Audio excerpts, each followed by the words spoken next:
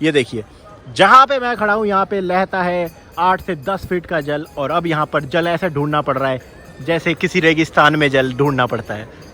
तो देखो ये है तस्वीर, पर ये एक ऐसी चीज़ है जो हर साल देखने को मिलती है, और ये है शिव सेतु। हम हमेशा इसके ऊपर से गंगा पार करते हैं, आज बिल्कुल नीचे से चल रहे हैं।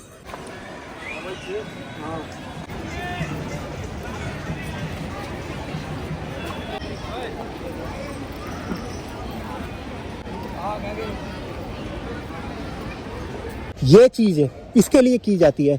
अभी मैं ये देखो, ये कितना गंदगी कितना कूड़ा यहाँ पे बना जाता है, इसी के लिए ना कि इस स्थान को साफ किया जाता है। देखो भाई, अब मैं जहाँ पे चल रहा हूँ यहाँ पे 5 से लेके 6 फीट 8 फीट 10 फीट जल रहता है अभी, और अभी यहाँ पे चल रहे हैं।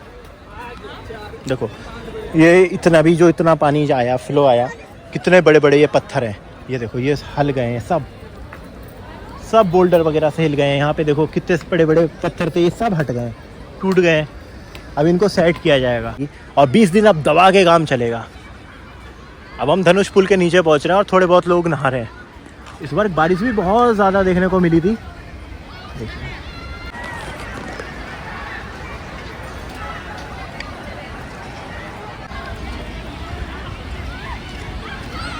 धनुष पुल को हम पार कर लिया है और अब पहुंच गए हम दूसरी तरफ को, और सामने घंटाघर दिख रहा है।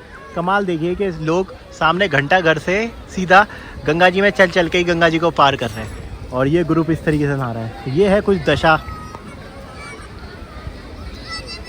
और ये भी और कम होता जाएगा।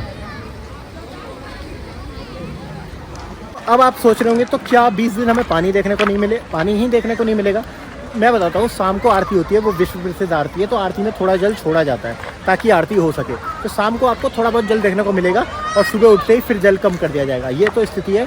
और जल मैंने आपको बता दिया, वो आपको दिवाली पर आ जाएगा, छोटे दिवाली की रात को। ये है पूरी कंडीशन, देख लीजिए। देखो यहाँ रखे ग्रुप वाले आ रखे बाहर से अपना बैठ के नहा रहे हैं। तो देखो परेशानी तो हो रही है, परेशानी तो होगी। ये देखिए, हमेशा मैं आपको उस ब्रिज के ऊपर से दिखाता था, और आज देखिए यहाँ पे चल रहा हूँ और ये हाल है। तो बहुत ज़्यादा पैनिक वाली चीज़ नहीं है। अब देखो, अब धनुष पुल से मैं आपको मेन हर की पौड़ी की तरफ तो लेके चलूँगा, पर उससे पहले देखो, जब गंगा नहर बंद है तो जितनी भी गंगा ये नदी के साथ में सहायक नदियाँ हैं जो कि वापस नीलधारा में जाती हैं, वो भी बंद है।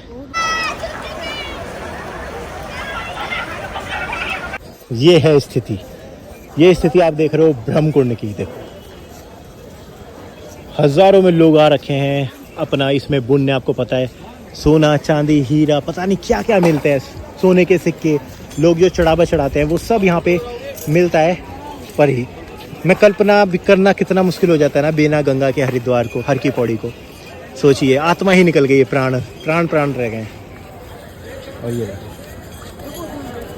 तो ये है इस टाइम हर की पौड़ी। अब 20 दिन तक अब यही तस्वीर देखने को मिलेगी।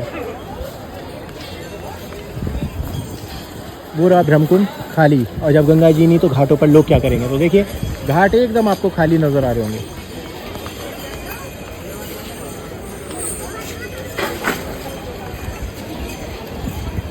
का हाल दिखाया तो ये रहा नाई घाट का हाल, और घाटों पर लोग ही नहीं है, जल नहीं है। तो और देखिए ये ढूंढने आते हैं, इनकी लॉटरी लग जाती है। ये मानिए इनकी लॉटरी का 20 दिन रहता है, और किसी के हाथ में कितना भी बड़ा खजाना लग सकता है। और पूरे के पूरे परिवार, ये आधे आदमी तो गांव हरिद्वार के होते भी नहीं है, ये बाहर के आते हैं और इन 20 दिनों का इंतजार करते हैं, और पूरा ग्रुप के साथ आते हैं, क्योंकि कई बार माँ गंगा की कृपा होती है तो इनकी लॉटरी लग जाती है।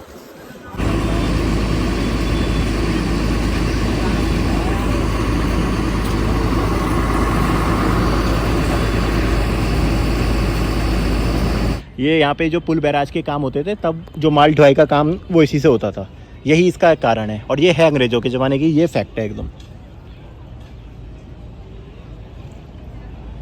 देखो तर्पण वगैरह के कार्य यहाँ पे चल रहे हैं, लोग अपना गंगा में बैठ के ही कर रहे हैं यहाँ पर।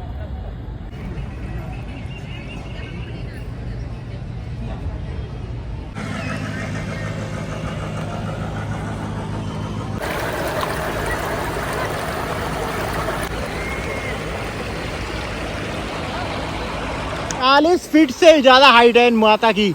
हमारी माँ गंगा, जो कि बीच गंगा के बीच में स्थित है। और जो इनका वो देखिए आसन ही है, वो कितना ऊंचाई पर है, और बगल में लोग कितने छोटे नजर आ रहे हैं उनके बगल में। तो ये रही माँ गंगा।